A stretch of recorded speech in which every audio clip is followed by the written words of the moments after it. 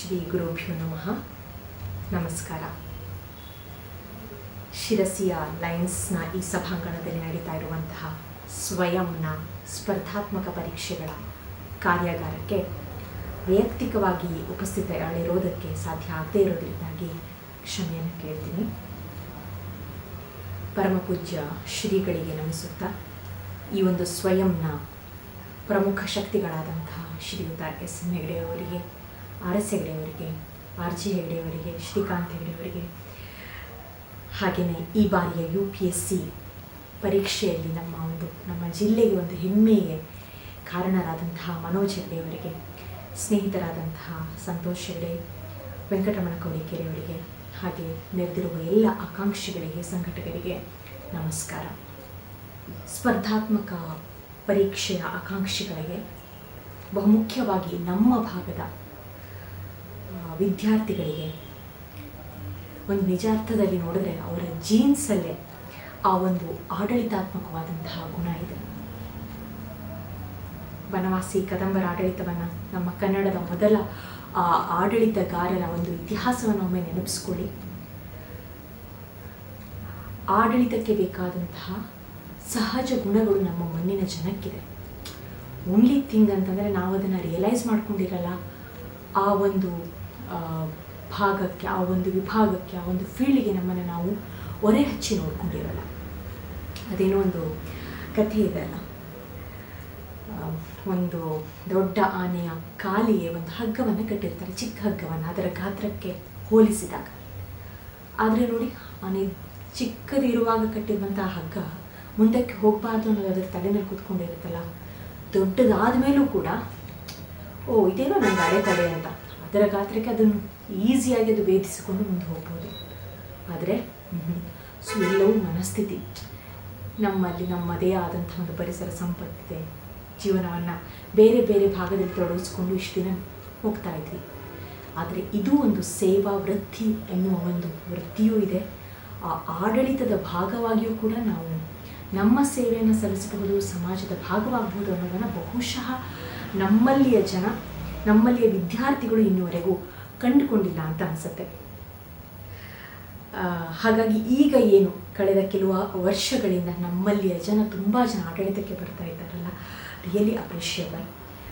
ಹಾಗೆ ಬರುವಾಗ ಆಕಾಂಕ್ಷಿಗಳಿಗೆ ಅವರ ಈ ಥರದ ಸಂಘಟನೆಗಳಿಂದ, ಹಿತೈಷಿಗಳಿಂದ, ಕಾಲೇಜಿನಿಂದ, ಪಾಲಕರಿಂದ, ಹೀಗೆ ಎಲ್ಲ ಒಂದು ಬೆಂಬಲ ವ್ಯವಸ್ಥೆಯಿಂದ ಇಲ್ಲಿಗೆ ಬಂದಾಗ ಈ ಪಯಣ ತುಂಬ ಒಂದು ಸುಸೂತ್ರವಾಗಿರುತ್ತೆ. ಈ ಒಂದು ಪರೀಕ್ಷಾ ಪಯಣಕ್ಕೆ ಸಿದ್ಧರಾಗಿರುವಂತಹ ಎಲ್ಲರಿಗೂ ಕೂಡ ಸ್ವಾಗತವನ್ನು ಹೇಳಕ್ಕೆ ಬಯಸ್ತೀನಿ. ವೈಯಕ್ತಿಕ ವಿಚಾರವನ್ನು ಹೇಳೋದಾದರೆ, ನಾನು ಇಲ್ಲಿಯ ನಮ್ಮ ಯಲ್ಲಾಪುರದಲ್ಲೇ ನನ್ನ ದ್ವಿತೀಯ PUC ವರೆಗೆ ಮುಗಿಸ್ಕೊಂಡು ಮುಂದೆ ಇಂಜಿನಿಯರಿಂಗ್ ಮಾಡಿ, ತದನಂತರದಲ್ಲಿ ಈ ಒಂದು ಪಬ್ಲಿಕ್ ಅಡ್ಮಿನಿಸ್ಟ್ರೇಷನ್ ಆಡಳಿತದಲ್ಲಿ, ಹಾಗೆಯೇ ಎನ್ವಿರಾನ್ಮೆಂಟಲ್ ಲಾದಲ್ಲಿ ಪೋಸ್ಟ್ ಗ್ರ್ಯಾಜುಯೇಷನ್ ಕೋರ್ಸ್ಗಳನ್ನು ಮಾಡಿಕೊಂಡು UPSC ಮತ್ತು KPSC ಪರೀಕ್ಷೆಯ ಸಿದ್ಧತೆಗೆ ಇಳಿದೆ. We really don't know where our destiny lies ಅನ್ನೋ ಥರದಲ್ಲಿ ಬೇರೆ ಬೇರೆ ಥರದ ಪರೀಕ್ಷೆಗಳು, ಮುಖ್ಯವಾಗಿ UPSC ಪರೀಕ್ಷೆಯನ್ನು ಕೊಡ್ತಾ ಇದ್ದಾಗ UPSCಯಲ್ಲಿ ಅಲ್ಲಲ್ಲಿ ಆ ಹಂತದಲ್ಲಿ ಬೀಳುಗಳಾಗ್ತಾ ಇತ್ತು. 7 ಬೀಳುಗಳು ಸಹಜ, ಅಲ್ಲಿ ಬೀಳು ಹೆಚ್ಚಾಯಿತು. KPSCಯಲ್ಲಿ ನನಗೆ ಬಹುಶಃ ಅದೃಷ್ಟ ಕೈ ಕೊಡಿತು. ಇವತ್ತು ನಾನು ನಮ್ಮ GST ಸರಕು ಮತ್ತು ಸೇವಾ ತೆರಿಗೆ ಇದರ ಆಡಳಿತದಲ್ಲಿ ಕರ್ನಾಟಕ ಸರ್ಕಾರದಲ್ಲಿ ತೊಡಗಿಸ್ಕೊಂಡಿದ್ದೇನೆ. ಕಳೆದ 10 ವರ್ಷದಿಂದ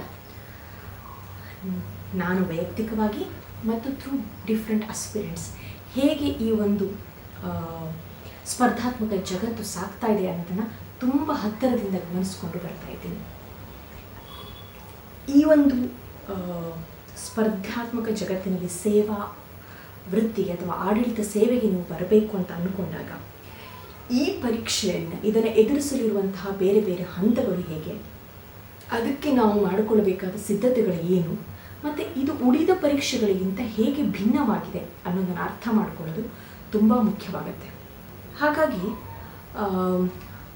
ಆ ಒಂದು ಅಂಶವನ್ನು ಗಮನದಲ್ಲಿಟ್ಟುಕೊಂಡು, ಮತ್ತು ಪ್ರತಿದಿನ ನೀವು ವೃತ್ತಪತ್ರಿಕೆಗಳಲ್ಲಿ ನೋಡ್ತಾ ಇರ್ತೀರ, ಬೇರೆ ಬೇರೆ ಇಲಾಖೆಯ ಬಗ್ಗೆ ಬರ್ತಾ ಇರುತ್ತೆ. ಭಾರತದ ಸರ್ಕಾರದಿರಬಹುದು, ರಾಜ್ಯ ಸರ್ಕಾರದಿರಬಹುದು, ಬೇರೆ ಬೇರೆ ವಿಷಯಗಳ ಮೇಲೆ ಬೇರೆ ಬೇರೆ ಥರದ ಸುದ್ದಿಗಳನ್ನು ಓದ್ತಾ ಇರ್ತೀರ. ಅದರ ಒಂದು ಸಲ ಒಮ್ಮೆ ಅದನ್ನು ಆಡಳಿತಾತ್ಮಕ ದೃಷ್ಟಿಯಿಂದ ನೋಡಿಕೊಳ್ಳಿ. ನೀವು ಆ ಒಂದು ಅಧಿಕಾರಿಯ ಸ್ಥಾನದಲ್ಲಿ ಕೂತ್ರೆ ಅಥವಾ ಆ ಒಂದು ವಿಭಾಗದ ಮುಖ್ಯಸ್ಥರಾಗಿ ಕೂತ್ರೆ ಯಾವ ಥರದಲ್ಲಿ ನೀವು ಫೀಲ್ ಮಾಡ್ಕೋತೀರಾ? Can you handle that? Does it suits me? ಈ ಥರದ ಪ್ರಶ್ನೆಗಳನ್ನು ಮೊದಲು ಕೇಳ್ಕೊಳ್ಳಿ. ಆಗ ನಿಮಗೆ ನಾನು ಈ ಒಂದು ಫೀಲ್ಡಿಗೆ ಬರಬಹುದಾ ಇಲ್ವಾ ಅನ್ನೋದು ನಿಮಗೆ ಮನವರಿಕೆ ಆಗ್ತಾ ಹೋಗುತ್ತೆ. ನನ್ನ ವೃತ್ತಿ ಜೀವನದ ಗುರುಗಳು ಆದಂತಹ ಶ್ರೀಯುತ SM ಹೆಗ್ಡೆ ಅವರು ನನಗೆ 2 ಪಾಯಿಂಟನ್ನು ಫೋಕಸ್ ಮಾಡಿ ಮಾತಾಡು ಅಂತ ಹೇಳಿದರು. ಒಂದು, ನಮ್ಮ ಭಾಗದ ಜನಕ್ಕೆ ಬೇಕು how to start the preparation, ಹೇಗೆ ಈ ಒಂದು ಸಿದ್ಧತೆಗೆ ನಮ್ಮ ಒಂದು ಮನೋಸಿದ್ಧತೆಯನ್ನು ಅಥವಾ ಒಂದು ಬೇಸಿಕ್ ಪ್ಲ್ಯಾಟ್ಫಾರ್ಮ್ನ ಹೇಗೆ ಶುರು ಮಾಡಿಕೊಳ್ಳೋದು ಅಂತ. ಇನ್ನೊಂದು, ಈ ಪರೀಕ್ಷೆಯನ್ನು ಎದುರಿಸುವಾಗ ಅದು ಕನ್ನಡದಲ್ಲಿರಲಿ, ಇಂಗ್ಲೀಷ್ನಲ್ಲಿರಲಿ, ಯಾವುದೇ ಭಾಷೆನಲ್ಲಿರಲಿ, ಆ ಭಾಷೆಯನ್ನು ನಮಗೆ ಬೇಕಾದಂತೆ ಹೇಗೆ ಬಳಸ್ಕೊಳ್ಳೋದು, ಮುಖ್ಯವಾಗಿ ಈ ಮುಖ್ಯ ಪರೀಕ್ಷೆ ಅಂತ ಏನು ಹೇಳ್ತೀವೋ ಸಬ್ಜೆಕ್ಟಿವ್ ರೈಟಿಂಗ್ ಏನಿರುತ್ತೋ ಅಲ್ಲಿ ಮತ್ತು ಸಂದರ್ಶನದಲ್ಲಿ ಸೊ ಹೇಗೆ ಬಳಸ್ಕೊಳ್ಳೋದು ಅನ್ನೋದನ್ನು ಫೋಕಸ್ ಮಾಡಿ ಅಂತ. ಖಂಡಿತವಾಗಿ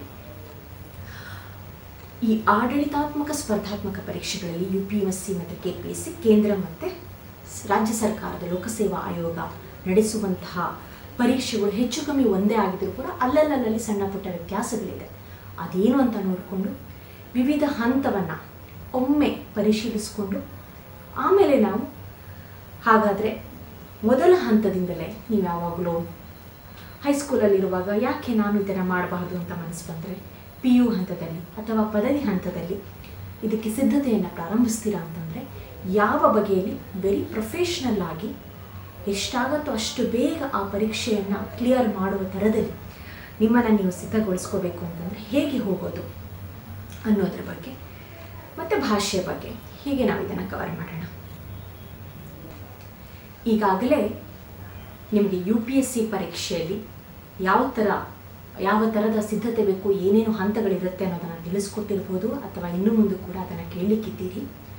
UPSC ಮತ್ತು KPSC ಪರೀಕ್ಷೆ ಕೇಂದ್ರ ಲೋಕಸೇವಾ ಆಯೋಗ ಮತ್ತು ರಾಜ್ಯ ಸರ್ಕಾರಗಳ ಲೋಕಸೇವಾ ಆಯೋಗ ನಡೆಸುವಂತಹ ಈ ಪರೀಕ್ಷೆಯಲ್ಲಿ ಈ 3 ಹಂತಗಳು ಹೆಚ್ಚು ಕಮ್ಮಿ ಒಂದೇ ಥರದಲ್ಲಿದೆ. ಅದು ಹೇಗಿದೆ ಅನ್ನೋದನ್ನು ನೋಡ್ಕೊಳ್ಳೋಣ. ಪ್ರಿಲಿಮ್ಸ್, ಮೇನ್ಸ್, ಇಂಟರ್ವ್ಯೂ ಅಂತ ನಾವು ಏನು ಹೇಳ್ತೀವೋ ಇದು 3 ಹಂತ 2 ಪರೀಕ್ಷೆಯಲ್ಲೂ ಕೂಡ ಇದೆ.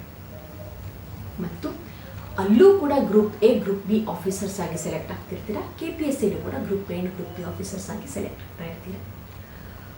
ಬಹುಶಃ ಮುಖ್ಯವಾಗಿ ಪರೀಕ್ಷೆಯ ವಿಷಯದಲ್ಲಿ ನಾವು ಗಮನಿಸಬೇಕಾಗಿರೋದು ಅಂತಂದರೆ ಆ ಒಂದು ಪರೀಕ್ಷೆಯನ್ನು ನಡೆಸುವ ಪ್ರಕ್ರಿಯೆಯಲ್ಲಿ ಇರುವಂತಹ ರೆಗ್ಯುಲಾರಿಟಿ ಅದು UPSCಯಲ್ಲಿ ಇದ್ದಷ್ಟು ನಿಮಗೆ KPSCಯಲ್ಲಿ ಇರಲ್ಲ. ಯಾಕೆಂತಂದರೆ ಇಲ್ಲಿ ಕರ್ನಾಟಕ ಸರ್ಕಾರದಲ್ಲಿ ಯಾವ ಇಲಾಖೆಯಲ್ಲಿ ಯಾವ್ಯಾವಾಗ ವೇಕೆನ್ಸೀಸ್ ಕ್ರಿಯೇಟ್ ಆಗುತ್ತೋ ಅದರ ಬೇಸಿಸ್ ಮೇಲೆ ಬೇರೆ ಬೇರೆ ಇಲಾಖೆಗೆ ಗ್ರೂಪ್ A, ಗ್ರೂಪ್ B ಆಫೀಸರ್ಸ್ಗಳಿಗೆ ಪರೀಕ್ಷೆಯನ್ನು ನಡೆಸ್ಕೊಂಡು ಹೋಗ್ತಾರೆ. ವೆರಾಸ್ ಇನ್ UPSC ಒಂದು ರೆಗ್ಯುಲರ್ ಆದ ಫಾರ್ಮ್ಯಾಟ್ ಇದೆ, ಒಂದು ಟೈಮಿಂಗ್ ಇದೆ. ಸೊ ಹಾಗಾಗಿ ನಿಮಗೆ ಒಂದು ಆ ಡೈರೆಕ್ಷನ್ಸ್ ಅಂತ ನೋಡಿದಾಗ ಬಹುಶಃ UPSCಯಲ್ಲಿ ಸಿಗುವಂತಹ visibility with respect to the examination pattern, when are they going to conduct the exams ಅನ್ನೋದ್ರ ಬಗ್ಗೆ KPSCನಲ್ಲಿ ನಿಮಗದು ಸಿಗ್ತಾ ಇಲ್ಲ ಸದ್ಯಕ್ಕೆ. ಇನ್ನು ಪರೀಕ್ಷೆ ಅಂತಂದರೆ ಬಹುಶಃ ಎಲ್ಲ ಸ್ಪರ್ಧಾತ್ಮಕ ಪರೀಕ್ಷೆಗಳಿಗೆ ಕಂಪೇರ್ ಮಾಡಿದ್ರು ಕೂಡ ಈ UPSC KPSCನಲ್ಲಿರುವಂತಹ ಪರೀಕ್ಷೆಯ ನೀವೇನು ಫೀಸ್ ಅಂತ ಏನು ಕರಿತೀವೋ ಅದರ ಅಷ್ಟು ಕಡಿಮೆಯಾಗಿ ಕೆಲವೊಬ್ಬರಿಗೆ ಎಕ್ಸಾಮಿಷನ್ಸ್ ಇರೋಷ್ಟು ಬೇರೆ ಥರ ಇಲ್ಲವೇ ಇಲ್ಲ. ಜೊತೆಗೆ ಇದರ ಎಲಿಜಿಬಿಲಿಟಿ ಏನು ಅಂತ ನಾವು ನೋಡಿದ್ರೆ ಒಂದು 21 ವರ್ಷದಿಂದ 35 ವರ್ಷದವರೆಗೆ wide range any degree background ಇರುವಂಥವರು ಈ ಪರೀಕ್ಷೆಗೆ ನಿಮ್ಮ ಒಂದು ಸ್ಪರ್ಧಾರ್ಥಿಗಳಾಗಿ ಬರ್ತಾ ಇರ್ತಾರೆ. ಸೊ ಬೇರೆ ಬೇರೆ ಬ್ಯಾಕ್ಗ್ರೌಂಡಿಂದ ಬೇರೆ ಬೇರೆ ಏಜ್ ಗ್ರೂಪಿಂದ ಬಂದಂಥವರಿಗೆ ಒಂದಷ್ಟು ಅಟೆಂಪ್ಟ್ಸಿನ ಲಿಮಿಟನ್ನು ಮಾಡಲಾಗಿದೆ. ಸೊ ಹಾಗಾಗಿ ನಂತರ ಇದು ವೆರಿ ವೆರಿ ಡೈನಮಿಕ್ ಆದಂತಹ ಎಕ್ಸಾಮ್. ಯಾವ ಪರೀಕ್ಷೆಗೂ ಕೂಡ ಒಂದು ಸಿದ್ಧ ಸೂತ್ರ ಅಂತ ಯಾರೂ ಇದಕ್ಕೆಲ್ಲ ತಯಾರು ಮಾಡಿ, ಯಾವುದೇ ಸ್ಪರ್ಧಾತ್ಮಕ ಪರೀಕ್ಷೆಗಿರ್ಬೋದು ಇದು ಹೀಗೆ ಮಾಡಿದ್ರೆ ನಿಮಗೆ ಈ ಎಕ್ಸಾಮ್ನ ಕ್ಲಿಯರ್ ಮಾಡ್ತೀರಾ ಅಂತ ಹೇಳೋಕ್ಕೆ ಸಾಧ್ಯನೇ ಇಲ್ಲ.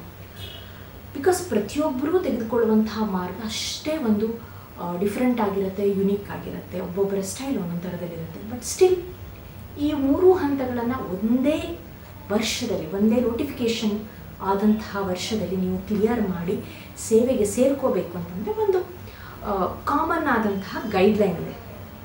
ಆ ಗೈಡ್ಲೈನ್ 3 ಫೇಸ್ಗೆ ಪ್ಯಾಟರ್ನ್ ಹೇಗಿದೆ ಮತ್ತು ಯಾವ ಥರದಲ್ಲಿ ಹೋಗಬೇಕು ಅನ್ನೋದನ್ನು ನಾವು ನೋಡ್ತಾ ಹೋಗೋಣ. UPSC ಮತ್ತು KPSCನಲ್ಲಿ ಈಗ ಒಂದು 4 ವರ್ಷದ ಹಿಂದೆ ಆಲ್ಮೋಸ್ಟ್ ಸೇಮ್ ಪ್ಯಾಟರ್ನ್ ಇತ್ತು. ಆದರೆ ಈಗ KPSCಯ ಪರೀಕ್ಷೆಯಲ್ಲಿ ಮಾರ್ಕ್ಸ್ ಮತ್ತು ಕೆಲವೊಂದು ಪ್ಯಾಟರ್ನ್ಗಳು ಚೇಂಜ್ ಆಗಿದೆ. ಅದೇನು ಅಂತ ನೋಡೋಣ. ಪ್ರಿಲಿಮ್ಸಲ್ಲಿ ಅಲ್ಲೂ ಕೂಡ 2 ಪೇಪರ್, UPSCನಲ್ಲಿ 2 ಪೇಪರ್ ಇದೆ, KPSCನಲ್ಲಿ 2 ಪೇಪರ್ ಇದೆ. ಸೊ ಒಂದು ಪ್ರಶ್ನೆಗೆ 2 ಅಂಕ ಅನ್ನೋ ಥರದಲ್ಲಿ 100 marks 100 questions 200 marks, 100 question 200 marks. ಬೆಳಗ್ಗೆ ಒಂದು ಮಧ್ಯಾಹ್ನ ಒಂದು 2 ಗಂಟೆಗಳಲ್ಲಿ ನೀವು ಒಂದೇ ದಿನದಲ್ಲಿ ನಿಮ್ಮ ಪ್ರಿಲಿಮ್ಸ್ ಪರೀಕ್ಷೆಯನ್ನು ಮುಗಿಸ್ಬಿಡ್ತೀರ. ಅದರಲ್ಲಿ ಏನು ಅಂಕದಲ್ಲಿ ಸಮಯದಲ್ಲಿ ವ್ಯತ್ಯಾಸ ಇಲ್ಲ, ಆದರೆ ಯಾವ ಬಗೆಯ ಪ್ರಶ್ನೆಗಳು ಬರುತ್ತವೆ ಅನ್ನೋದರಲ್ಲಿ ಇಟ್ ವೇರೀಸ್. ಮೇನ್ಸ್ ಹಂತಕ್ಕೆ ಬಂದರೆ ನಮಗೆ UPSCನಲ್ಲಿ 2 ಕ್ವಾಲಿಫೈಯಿಂಗ್ ಆದ ಪೇಪರ್, KPSCಲೂ ಕೂಡ 2 ಕ್ವಾಲಿಫೈಯಿಂಗ್ ಪೇಪರ್, ಕನ್ನಡ ಮತ್ತು English R any regional language ಅಂತ UPSCನಲ್ಲಿ ಹೇಳೋದು. ಜೊತೆಗೆ ಅಲ್ಲಿ ಎಸ್ಸೆ 4 GS 2 ಆಪ್ಷನಲ್ ಪೇಪರನ್ನು UPSCನಲ್ಲಿ ಬರೀಬೇಕು. KPSCಗೆ ಬಂದರೆ ಎಸ್ಸೆ ಪ್ಲಸ್ 4 ಜನರಲ್ ಸ್ಟಡೀಸ್ ಎಕ್ಸಾಮ್ನ ಮಾತ್ರ, ಜನರಲ್ ಸ್ಟಡೀಸ್ ಪೇಪರ್ನ ಮಾತ್ರ ಬರೆದರೆ ಸಾಕು. ಹಿಂದೆ ಇದ್ದಂತಹ ಆಪ್ಷನಲ್ ಅನ್ನೋದನ್ನು KPSCಯ ಮುಖ್ಯ ಪರೀಕ್ಷೆಯಲ್ಲಿ ಈಗ ತೆಗೆಯಲಾಗಿದೆ. ಇಂಟರ್ವ್ಯೂಗೆ ಬಂದರೆ ಕೂಡ ಇಂಟರ್ವ್ಯೂದಲ್ಲಿ ಇಲ್ಲಿ 200 ಅಂಕಗಳಾದರೆ UPSCಯಲ್ಲಿ, KPSCಗೆ ಅದು 50 ಅಂಕಕ್ಕೆ ಇಳಿಕೆ ಆಗಿದೆ ಕಳೆದ 2 ನೋಟಿಫಿಕೇಷನ್ನಿಂದ. ಇದು ಬ್ರಾಡ್ ಆಗಿ ಪ್ಯಾಟರ್ನಲ್ಲಿ ಇರುವಂತಹ ಒಂದು ಡಿಫರೆನ್ಸ್. ಸೊ ಮೊದಲ ಹಂತ ಪೂರ್ವಭಾವಿ ಹಂತ, ಪ್ರಿಲಿಮ್ಸ್ ಅಂತ ಏನು ಹೇಳ್ತೀವೋ ಅದಕ್ಕೆ ಬರೋಣ. ಇದು ನಿಮ್ಮ ಆಬ್ಜೆಕ್ಟಿವ್ ಟೈಪ್, ಮಲ್ಟಿಪಲ್ ಕ್ವೆಶನ್ಸ್ ಇರುವಂಥದ್ದು, ಕರೆಂಟ್ ಅಫೇರ್ಸಿನ ಐಡಿಯಾ ಬೇಕು, ಹಿಂದಿನ ಎಲ್ಲ ಬೇರೆ ಬೇರೆ ವಿಷಯಗಳ ಒಂದು ಸ್ಟ್ಯಾಟಿಕ್ ನಾಲೆಜ್ ನಮಗೆ ಬೇಕು, ಎನಾಲಿಟಿಕಲ್ ಥಿಂಕಿಂಗ್ ಬೇಕು, ಮೆಮೊರಿ ಬೇಕು. So it demands a lot. ಇತ್ತೀಚಿನ ದಿನದಲ್ಲಿ ಬರೆಯುವಂತಹ ಲಕ್ಷಾಂತರ ಜನರಲ್ಲಿ ನೀವು ಆ ಒಂದು ಪರೀಕ್ಷೆಯ ಮುಂದಿನ ಹಂತಕ್ಕೆ ಹೋಗಬೇಕು ಅಂತಂದರೆ ಪ್ರಿಲಿಮ್ಸ್ ಅನ್ನೋದು ಒಂದು ಭಯಂಕರ ಚಾಲೆಂಜಿಂಗ್ ಹಂತ ಅಂತಲೇ ಕರಿಬಹುದು. ಸೊ ಹಾಗಾಗಿ ಅಲ್ಲಿ ನ್ಯಾಷನಲ್ ಇಂಟರ್ನ್ಯಾಷನಲ್ ಇಂಪಾರ್ಟೆನ್ಸ್ ಇರುವಂತಹ ಸಬ್ಜೆಕ್ಟ್. KPSCಗೆ ಬಂದಾಗ ನಮ್ಮ ರಾಜ್ಯಕ್ಕೆ ಸಂಬಂಧಪಟ್ಟಂತಹ ಎಲ್ಲ ಬಗೆಯ ಸಾಮಾನ್ಯ ಜ್ಞಾನ, science and technology, environment, geography, history. So ಅದರಲ್ಲಿ ಇಂಡಿಯಾ ಮತ್ತು ಸ್ಟೇಟ್ ಕರ್ನಾಟಕ ಎರಡರದ್ದು ಕೂಡ ಐಡಿಯಾ ಬೇಕಾಗ್ತಾ ಹೋಗುತ್ತೆ. ಜೊತೆಗೆ ಜನರಲ್ ಮೆಂಟಲ್ ಎಬಿಲಿಟಿ, ಕ್ವಾಂಟ್ಸ್ ಅಂತ ನಾವೇನು ಹೇಳ್ತೀವೋ, UPSCನಲ್ಲಿ CSAT ಅಂತ ಏನು ಹೇಳ್ತಾರೋ ಅದು. ಅಲ್ಲದೆ ಈ ಪೂರ್ವಭಾವಿ ಹಂತದಲ್ಲಿ ಒಂದು ಮುಖ್ಯವಾಗಿರುವಂಥದ್ದು ಅಂತಂದರೆ, ಏನೋ ಗೊತ್ತು ಅಂತ ನೀವು ಮಾರ್ಕ್ ಮಾಡಿ ಬರೋಕ್ಕಾಗಲ್ಲ. That is a negative marking. ಅಲ್ಲಿ ನಿಮಗೆ 1/3 ಆದರೆ ಇಲ್ಲಿ KPSCನಲ್ಲಿ 1/4 ಅಷ್ಟು ನೆಗೆಟಿವ್ ಮಾರ್ಕಿಂಗ್ ಆಗಿದೆ. ಹಾಗಾಗಿ ನೀವು ತುಂಬ ಕೇರ್ಫುಲ್ಲಾಗಿ ಪ್ರತಿ ಕ್ವೆಶನನ್ನು ಹ್ಯಾಂಡಲ್ ಮಾಡ್ತಾ ಹೋಗಬೇಕು. ಹೇಗೆ ಮಾರ್ಕ್ಸ್ ಅಲಾಟ್ಮೆಂಟ್ ಮಾಡಿದ್ದೀವಿ, ಯಾವ ಯಾವ ವಿಷಯಕ್ಕೆ ಎಷ್ಟೆಷ್ಟು ಮಾರ್ಕ್ಸನ್ನು ಕೊಟ್ಟಿದ್ದೀವಿ ಅಂತ KPSCಯ ನೋಟಿಫಿಕೇಷನಲ್ಲೇ ಸಾಮಾನ್ಯವಾಗಿ ಬಂದುಬಿಡುತ್ತೆ. ಸೊ ಅದೇನು ಅಂತ ನೋಡೋಕೆ ಹೋದರೆ, ಮೊದಲ ಪತ್ರಿಕೆಯಲ್ಲಿ ರಾಷ್ಟ್ರೀಯ ಮತ್ತು ಅಂತಾರಾಷ್ಟ್ರೀಯ ಪ್ರಾಮುಖ್ಯತೆಯ ವಿಷಯಗಳನ್ನು ಒಳಗೊಂಡಂತೆ ಸಾಮಾನ್ಯ ಅಧ್ಯಯನ, so general studies related to national and international importance, ಇದಕ್ಕೆ 40 ಪ್ರಶ್ನೆಗಳು 80 ಅಂಕಗಳು ಅಂತ ಹೇಳಿದ್ದಾರೆ. ಇನ್ನು ಹ್ಯುಮ್ಯಾನಿಟೀಸ್ 60 ಕ್ವೆಶನ್ಸ್ ಆ್ಯಂಡ್ 120 ಮಾರ್ಕ್ಸ್. ಮಾನವಿಕ ಶಾಸ್ತ್ರಕ್ಕೆ ಇದು ಪತ್ರಿಕೆ 1, ಪೇಪರ್ 1ನ ಒಂದು ಕಂಟೆಂಟ್. UPSCನಲ್ಲಿ ಉಳಿದೆಲ್ಲ ಜನರಲ್ ಸ್ಟಡೀಸ್ನ ಸಬ್ಜೆಕ್ಟನ್ನು ಪೇಪರ್ 1ಗೆ ಹಾಕಿದ್ರೆ ಮತ್ತು CSATನ ಪೇಪರ್ 2ದಲ್ಲಿಟ್ಟರೆ, KPSCಗೆ ಬಂದಾಗ ಪೇಪರ್ 2ದಲ್ಲೂ ಕೂಡ ಜನರಲ್ ಸ್ಟಡೀಸ್ನ ಒಂದಷ್ಟು ಸಬ್ಜೆಕ್ಟ್ಗಳಿದೆ. ಫಾರ್ ಎಕ್ಸಾಂಪಲ್ ನಮ್ಮ science and technology, environment, ecology ಇವನ್ನು ಮತ್ತು ರಾಜ್ಯಕ್ಕೆ ಸಂಬಂಧಪಟ್ಟಂತಹ ಪ್ರಮುಖ ಮಾಹಿತಿಗಳನ್ನು, ಪ್ರಮುಖ ವಿಷಯಗಳನ್ನು, ಅಲ್ಲಿಯ ಕರೆಂಟ್ ಅಫೇರ್ಸನ್ನು ನಮಗೆ ಪೇಪರ್ 2ದಲ್ಲಿ ಕೇಳ್ತಾರೆ. ಸೊ ಅದರಲ್ಲಿ 40 ಅಂಕ ರಾಜ್ಯಕ್ಕೆ ಸಂಬಂಧಪಟ್ಟ ಪ್ರಶ್ನೆಗಳಿಗೆ, ಸೈನ್ಸ್ ಆ್ಯಂಡ್ ಟೆಕ್ನಾಲಜಿ ಮತ್ತು ಎನ್ವಿರಾನ್ಮೆಂಟ್ಗೆ ಸಂಬಂಧಪಟ್ಟ ಹಾಗೆ 30 ಪ್ರಶ್ನೆಗಳು, ಜೊತೆಗೆ ಈ ಕ್ವಾಂಟ್ಸ್ಗೆ, ಜನರಲ್ ಮೆಂಟಲ್ ಎಬಿಲಿಟಿಗೆ 30 ಅಂಕಗಳು ಅಂತ ಈ ಥರ ಬೈಫ್ರಿಕೇಷನನ್ನು ಮಾಡಿ ಕೊಟ್ಟಿದ್ದಾರೆ. KPSCಯಲ್ಲಿ ನಿಮಗೆ ಪ್ರತಿ ಪ್ರಶ್ನೆಗಳು ಕೂಡ ಕನ್ನಡ ಮತ್ತು ಇಂಗ್ಲೀಷ್ ಎರಡರಲ್ಲೂ ಕೂಡ ಇರುತ್ತೆ, ನೆಗೆಟಿವ್ ಅಂಕ ಇರುತ್ತೆ. ಇದೆರಡನ್ನು ನಾವು ನೆನಪಿಟ್ಕೋಬೇಕು. ಹೇಗೆ ಹಾಗಿದ್ರೆ ಪ್ರಿಲಿಮ್ಸ್ಗೆ ಸಿದ್ಧತೆ ಮಾಡೋದು? Practice practice practice. ಟೆಸ್ಟ್ ಸೀರೀಸನ್ನು ತಗೊಳ್ಳಿ, 2 ತಾಸಿನ ಒಂದು ಎಕ್ಸಾಮ್ ಅಟ್ಮಾಸ್ಫಿಯರಿಗೆ, ಆ ಒಂದು ಎಕ್ಸಾಮ್ ಮೋಡಿಗೆ ಹೋಗಿ ಕೂತ್ಕೊಂಡು ಎಷ್ಟಾಗುತ್ತೋ ಅಷ್ಟು ಪ್ರಶ್ನೆಗಳನ್ನು ಸಾಲ್ವ್ ಮಾಡಿ. GK ಥರದ್ದು, ಜನರಲ್ ಸ್ಟಡೀಸ್ ಥರದ್ದು, quants, like you take any type of question, solve it. ಒಂದು ಸಣ್ಣ ಸೂಕ್ಷ್ಮತೆಯನ್ನು ನೋಡಿದ್ರೆ ನಿಮಗೆ ಆ ಚಾಯ್ಸಸ್ ಹೇಗೆ ಕೊಡ್ತಾರೆ ಅನ್ನೋದ್ರ ಮೇಲೆ ಕ್ವೆಶನಿನ ಡಿಫಿಕಲ್ಟಿ ಹೋಗುತ್ತೆ. ಅಲ್ಲಿ more analytical, more general studies oriented ಬಂದದ್ದು UPSCನಲ್ಲಿ.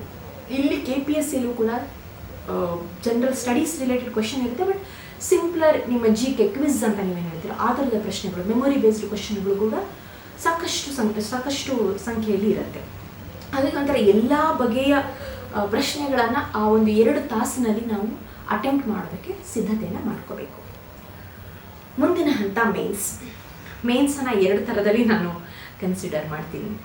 ಒಂದು ಇಟ್ಸ್ ಲೈಕ್ ಮೊನೋ ಆ್ಯಕ್ಟಿಂಗ್ ಅಥವಾ 1 ಮ್ಯಾನ್ ಶೋ. ಯಾವ್ಯಾವ ರೋಲ್ ಕೊಡ್ತಾರೋ ಅಲ್ಲಲ್ಲಿ ನಿಂತು ನೀವು ನಿಮ್ಮನ್ನು ನೀವು ಎಕ್ಸ್ಪ್ರೆಸ್ ಮಾಡ್ತಾ ಬರೋದು, ಅವ್ರು ಏನು ಕೇಳಿದಾರೋ ಅದಕ್ಕೆ. ಇಲ್ಲ ನೀವು ಒಂದು ಮನೆ ಹಂತಕ್ಕೆ ಹೋಗೋಣ ಅಂತಂದರೆ ಮನೆಯಲ್ಲಿ ನಿಮ್ಮ ಒಂದು ಅಡಿಗೆ ಮನೆಯಲ್ಲಿ ನಿಂತ್ಕೊಂಡು ಏನೇನು ಐಟಮ್ ಮಾಡಲಿ ಇವತ್ತು ಅಂತ ಯೋಚನೆ ಮಾಡಿ ಇರೋವಷ್ಟೇ ಒಂದು ಪದಾರ್ಥದಲ್ಲಿ ಬೇರೆ ಬೇರೆ ಥರದ ಒಂದು ರೆಸಿಪಿಯನ್ನು ಕ್ರಿಯೇಟ್ ಮಾಡೋದು. ಯಾಕೆ ಹೀಗೆ ಹೇಳ್ತಾ ಇದ್ದೀನಿ ಅಂತಂದರೆ, ಈ ಮೇನ್ಸ್ ಮುಖ್ಯ ಪರೀಕ್ಷೆಯನ್ನು ಡಿವೈಡ್ ಮಾಡಿ ನೋಡಿದ್ರೆ ಅಲ್ಲಿ ಏನಿದೆ ಅಂತ ನೋಡಿದ್ರೆ, ಮೊದಲು ನಿಮಗೆ ಲ್ಯಾಂಗ್ವೇಜ್ನ ಒಂದು ಬಳಕೆ ಯಾವ ಥರದಲ್ಲಿದೆ ನಿಮ್ಮನ್ನು ಅಂತ ಪರೀಕ್ಷಿಸುವಂತಹ ಕ್ವಾಲಿಫೈಯಿಂಗ್, ಅಂದರೆ ಒಂದು 35% ಮಾರ್ಕ್ಸ್ ಬಂದರೆ ಸಾಕು. ಕನ್ನಡ ಆ್ಯಂಡ್ ಇಂಗ್ಲೀಷ್ KPSCನಲ್ಲಿ, ಅಲ್ಲಿ English and any regional language ಅಂತ ಹೇಳಿದ್ದಾರೆ. ಇದರದ್ದು ಪರೀಕ್ಷೆ ಆಯಿತು. ಇದೆಲ್ಲ ಸಾಮಾನ್ಯವಾಗಿ ನಾವು ನಮ್ಮ 10th ಸ್ಟ್ಯಾಂಡರ್ಡಲ್ಲಿ, 2nd PUCನಲ್ಲಿ ಇರುವಂತಹ ಬೇರೆ ಬೇರೆ ಥರದ ಇಂಗ್ಲೀಷ್ ಮತ್ತು ಕನ್ನಡ ಲ್ಯಾಂಗ್ವೇಜ್ಗೆ ಸಂಬಂಧಪಟ್ಟಂತಹ ಪ್ರಶ್ನೆಗಳಿರುತ್ತೆ.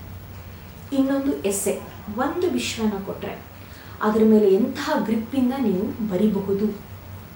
ಸೊ ನಿಮ್ಮ ಒಂದು understanding of the topic, depth of the topic ಎಷ್ಟಿದೆ ಅನ್ನೋದನ್ನು ಒಂದು ಬ್ಯೂಟಿಫುಲ್ ವೇದಲ್ಲಿ ನೀವು ಪ್ರೆಸೆಂಟ್ ಮಾಡ್ತೀರಾ ಅಂದರೆ ಅದು ಹೇಗಿರುತ್ತೆ ಅನ್ನೋದನ್ನು ಪರೀಕ್ಷಿಸೋದಕ್ಕೋಸ್ಕರ ಇರುವಂತಹದ್ದು UPSCಯಲ್ಲೂ ಇದೆ, KPSCಯಲ್ಲೂ ಇದೆ. KPSC ಒಳಗಡೆಗೆ 2 ಎಸ್ಸೆಯನ್ನು ಕೊಡ್ತಿದ್ದಾರೆ. ಅಂದರೆ ಒಂದು ದೇಶಕ್ಕೆ ಸಂಬಂಧಿಸಿದಂತಹ ವಿಚಾರಗಳ ಮೇಲೆ ಇರುತ್ತೆ, ಇನ್ನೊಂದು ಕರ್ನಾಟಕಕ್ಕೆ ಸಂಬಂಧಪಟ್ಟಂತಹ ವಿಚಾರಗಳ ಮೇಲೆ ಇರುತ್ತೆ. 125 ಅಂಕಗಳು ಒಂದು ಎಸ್ಸೆಗೆ, ಸೊ ಟೋಟಲ್ 250 ಮಾರ್ಕ್ಸ್. ಇದೊಂದು ವಿಷಯದ ಆಳವಾದ ಒಂದು ಜ್ಞಾನವನ್ನು ಟೆಸ್ಟ್ ಮಾಡೋದಕ್ಕೆ ಇರೋದಾದರೆ, ಇನ್ನು ಉಳಿದು 4 ಪೇಪರ್ಗಳಲ್ಲಿ ಅವು ಮೊದಲ ಪೇಪರ್ನಲ್ಲಿ ನಿಮ್ಮ ಹಿಸ್ಟ್ರಿ, ಸೊಸೈಟಿಯ ನಾಲೆಜನ್ನು ಟೆಸ್ಟ್ ಮಾಡೋದಿರ್ಬೋದು, ಇಲ್ಲವೇ ನಿಮ್ಮ ಪೊಲಿಟಿಕಲ್ ಐಡಿಯಾ, ಪಾಲಿಟಿ ಅಂತ ಏನು ಕರಿತೀವೋ ಅಥವಾ ಗವರ್ನೆನ್ಸ್, ಆಡಳಿತ ಅಂತ ಏನು ಕರಿತೀವೋ ಇದಕ್ಕೆ ಸಂಬಂಧಪಟ್ಟಂತಹ ಜ್ಞಾನವನ್ನು ಪರೀಕ್ಷೆ ಮಾಡೋದಿರ್ಬೋದು, ಇಲ್ಲವೇ ನಮ್ಮ ಈ ಸೈನ್ಸ್, ಎಕಾನಮಿ, ಎನ್ವಿರಾನ್ಮೆಂಟ್, ಸೆಕ್ಯೂರಿಟಿ ಈ ಥರದ ಒಂದು ವಿಷಯಗಳಿಗೆ ಸಂಬಂಧಪಟ್ಟ ಹಾಗೆ ಇರುವಂತಹ ಪ್ರಶ್ನೆಗಳಿರಬಹುದು. ಮತ್ತು ಕೊನೆಯದಾಗಿ ಎಥಿಕ್ಸ್.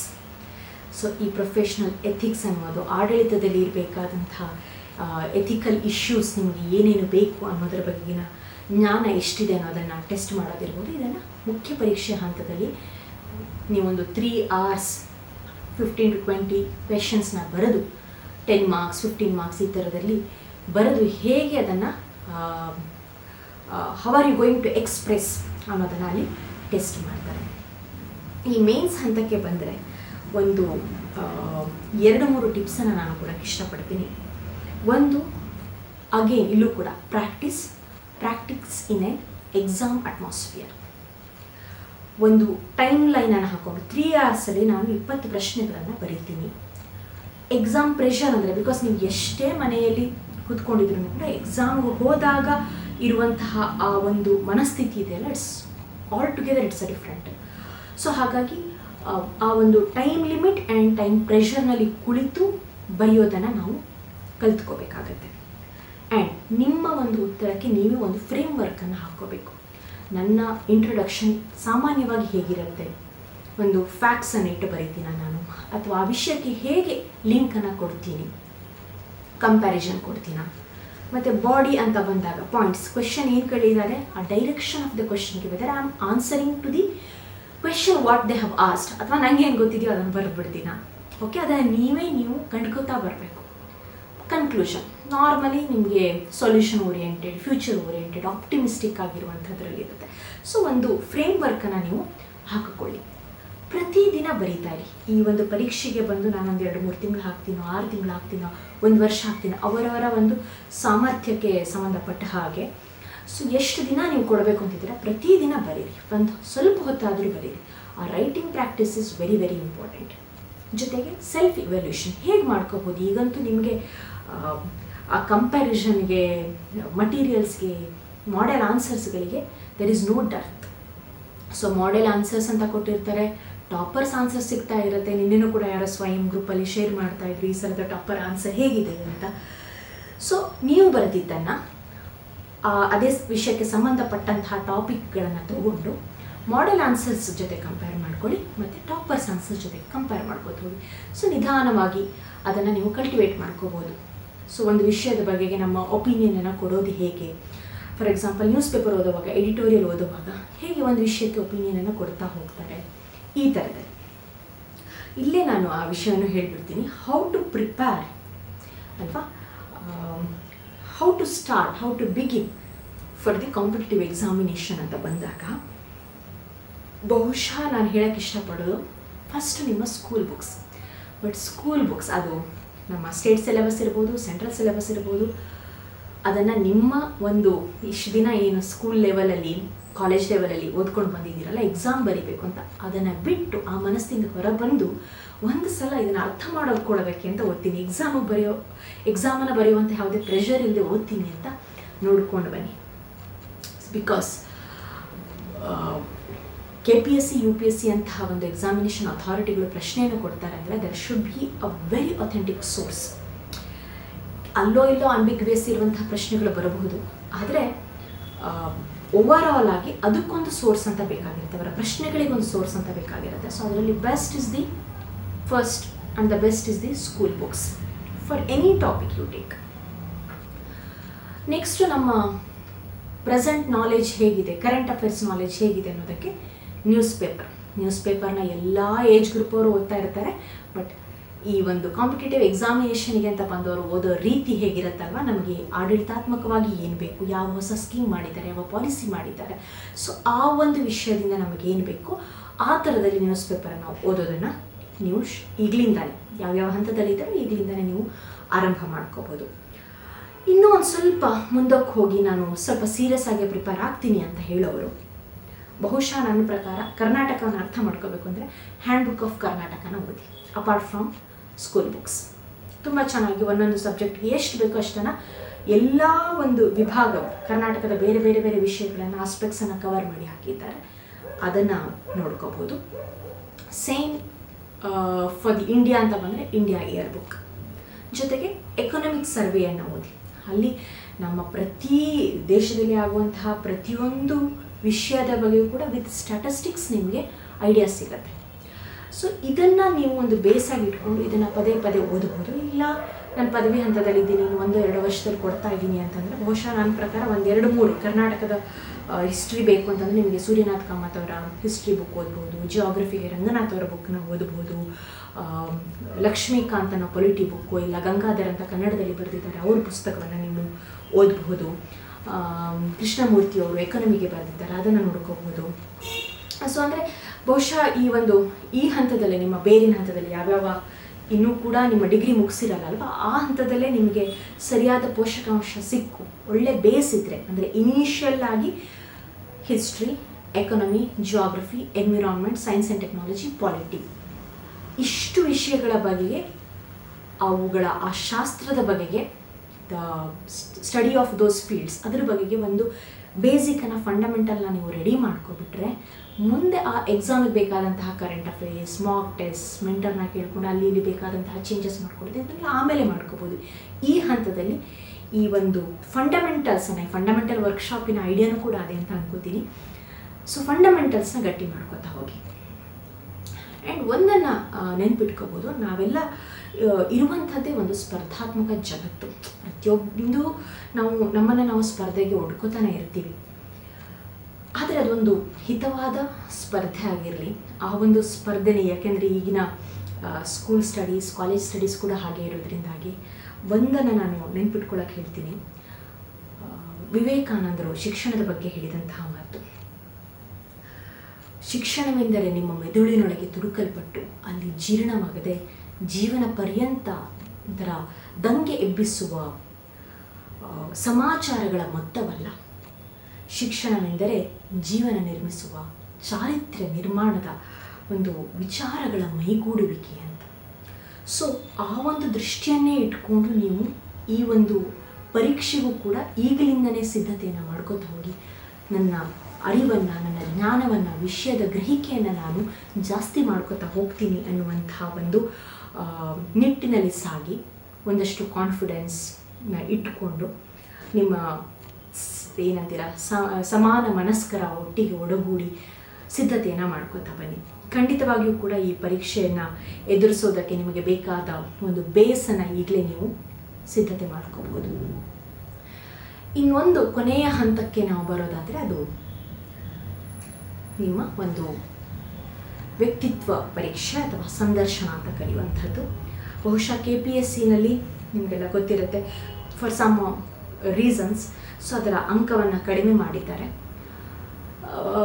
ಬಟ್ ಅಲ್ಲಿ ಏನಿರುತ್ತೆ, ಈ ಸಂದರ್ಶನದಲ್ಲಿ ಏನಿರುತ್ತೆ, ಇಲ್ಲಂತೂ ಕೂಡ ಈ ಒಂದು ಆಡಳಿತಾತ್ಮಕ ಪರೀಕ್ಷೆಗಿರುವಂತಹ ಸಂದರ್ಶನದಲ್ಲಿ ಇರುವಂತಹದ್ದು ಸೊ ನಿಮ್ಮ ಬಗ್ಗೆ ನೀವೆಷ್ಟು ತಿಳ್ಕೊಂಡಿದ್ದೀರಾ, ಸೇವೆಗೆ ಬರೋದಕ್ಕೆ ನೀವೆಷ್ಟು ಸಿದ್ಧರಾಗಿದ್ದೀರಾ, ಸೇವಾ ಜಗತ್ತಿನ ಬಗ್ಗೆ ನಿಮಗೆಷ್ಟು ಗೊತ್ತಿದೆ, ಆಡಳಿತದ ಬೇರೆ ಬೇರೆ ವಿಷಯಗಳ ಬಗೆಗೆ ನೀವೆಷ್ಟು ಇಂಟ್ರೆಸ್ಟೆಡ್ ಆಗಿದ್ದೀರಾ. ನೀವೆಲ್ಲವನ್ನು ತಿಳ್ಕೊಂಡಿರಬೇಕು ಅಂತಿಲ್ಲ, but how much interested, how much serious you are ಅನ್ನೋದನ್ನು ಟೆಸ್ಟ್ ಮಾಡ್ತಾ ಇರ್ತಾರೆ. ಅದನ್ನು ಮಾಡಬೇಕು ಅಂತಂದರೆ ನೀವು ಇಲ್ಲಿವರೆಗೆ ಒಂದು ಡಿಗ್ರಿಯನ್ನು ಮುಗಿಸಿರ್ತೀರಾ, ಅಲ್ಲಿ ಆ ವಿಷಯದ ಬಗೆಗೆ ನಿಮಗೆ ಎಷ್ಟು ಜ್ಞಾನ ಇದೆ, ನಿಮ್ಮದೇ ಒಂದು ಊರು, ನಿಮ್ಮದೇ ಜಿಲ್ಲೆ, ನಿಮ್ಮದೇ ರಾಜ್ಯ, ನಿಮ್ಮದೇ ದೇಶದ ಬಗೆಗೆ ನಿಮಗೆ ಎಷ್ಟು ಒಂದಷ್ಟು ನಾಲೆಜ್ ಇದೆ, ಬೇರೆ ಬೇರೆ ವಿಷಯಗಳ ಬಗೆಗೆ ನಿಮ್ಮದೇ ಆದ ನಿಲುವಿದೆ ಅನ್ನೋದನ್ನು ಟೆಸ್ಟ್ ಮಾಡುವಂಥದ್ದು.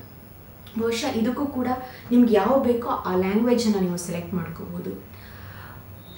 ಈಗಲಿಂದಲೇ ಒಂದು ಗ್ರೂಪ್ ಡಿಸ್ಕಷನ್ಗೆ ಹೋಗಿ ಪ್ರತಿದಿನ ಒಂದೊಂದಷ್ಟು ಟಾಪಿಕನ್ನು ಇಟ್ಕೊಂಡು ಆ ವಿಷಯದ ಬಗ್ಗೆ ಆಡಳಿತಾತ್ಮಕವಾಗಿ, ನಾಟ್ ದ ರಾಜಕೀಯ ಏನೂ ಅಲ್ಲ, ಒಂದು ನ್ಯೂಸ್ ಪೇಪರಲ್ಲಿ ಒಂದು ನ್ಯೂಸ್ ಬಂತು ಅಂದರೆ ಅದನ್ನು ಆಡಳಿತಾತ್ಮಕವಾದಂತಹ ಅಂಶಗಳ ಬಗೆಗೆ ನಿಮ್ಮಲ್ಲೇ 2-3 ಜನ ಸೇರಿ ಕೂತ್ಕೊಂಡು ಓದ್ತಾ ಹೋಗಿ, ಒಬ್ಬರಾಗಿದ್ದೆ ಒಬ್ಬರು ಡಿಬೇಟು ಎಲೊಕೇಶನ್ ಮಾಡ್ತಿರಲ್ಲ ಆ ಥರದಲ್ಲಿ ಪ್ರಯತ್ನವನ್ನು ಮಾಡ್ತಾ ಹೋಗಿ.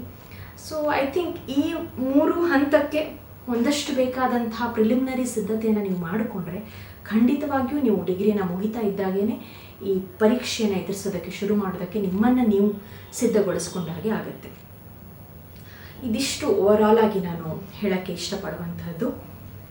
ಕಳೆದ ಒಂದು 4 ವರ್ಷಗಳಿಗಿಂತ ಹೆಚ್ಚು ಆಡಳಿತದಲ್ಲಿ ತೊಡಗಿಕೊಂಡಾದ ಮೇಲೆ ನನಗನ್ಸೋದು ಈ ಒಂದು ಸೇವಾ ವೃತ್ತಿ, ಆಡಳಿತ ಸೇವೆ ಅನ್ನೋದಿದೆಯಲ್ಲ, ಅದು ಕೂಡ ಒಂದು ಒಳ್ಳೆಯ ಫೀಲ್ಡ್. ನೀವು ಜಾಬ್ ಓರಿಯೆಂಟೆಡ್ ಆಗಿ ಬನ್ನಿ, ಸರ್ವಿಸ್ ಓರಿಯೆಂಟೆಡ್ ಆಗಿ ಕೂಡ ಯೋಚನೆ ಮಾಡಿ. ಸೊ ಹಾಗಾಗಿ ಈ ಒಂದು ಸೇವೆಗೆ, ಆಡಳಿತಕ್ಕೆ ನಮ್ಮ ಭಾಗದಿಂದ ಇನ್ನೂ ಸಾಕಷ್ಟು ಜನ ಜೊತೆಗೆ ಬರಲಿ. ನಮ್ಮೆಲ್ಲರ ಬೆಂಬಲಕ್ಕೆ ಸ್ವಯಂನಂತಹ ಸಂಸ್ಥೆಗಳು ಸದಾ ಇರುತ್ತೆ. ಇವತ್ತು ಕೂಡ ನಿಮಗೆ ಈ ಪರೀಕ್ಷೆಯಲ್ಲಿ ಜಯಗಳಿಸಿದಂತಹ, ಇತ್ತೀಚಿನ ವರ್ಷಗಳಲ್ಲೂ ಜಯಗಳಿಸಿದಂತಹ ಅನೇಕರು ನಿಮಗೆ ಬೇರೆ ಬೇರೆ ಥರದಲ್ಲಿ ಸಜೆಷನ್ಸನ್ನು ಕೊಡ್ತಾ ಇರ್ತಾರೆ. ಅವನ್ನೆಲ್ಲ ಇಂಬೈಬ್ ಮಾಡಿಕೊಂಡು ಇನ್ನೂ ಹೆಚ್ಚಿನ ಜನ ಆಡಳಿತಕ್ಕೆ ಬರಲಿ, ನಮ್ಮೊಡನೆ ತೊಡಗಿಕೊಳ್ಳಲಿ ಅನ್ನೋ ಒಂದು ಆಶಯವನ್ನು ವ್ಯಕ್ತಪಡಿಸ್ತೀನಿ. ನಿಮ್ಮ ಜೊತೆಗೆ ಇಷ್ಟೊತ್ತು ಒಂದಷ್ಟು ವಿಚಾರವನ್ನು ಹಂಚಿಕೊಳ್ಳೋದಕ್ಕೆ ಒಂದು ಅವಕಾಶವನ್ನು ಕೊಟ್ಟ ಸ್ವಯಂ ಸಂಸ್ಥೆಗೆ ಹಾಗೂ ಸಂಘಟಕರಿಗೆ ನನ್ನ ಕಡೆಯಿಂದ ನಮನ.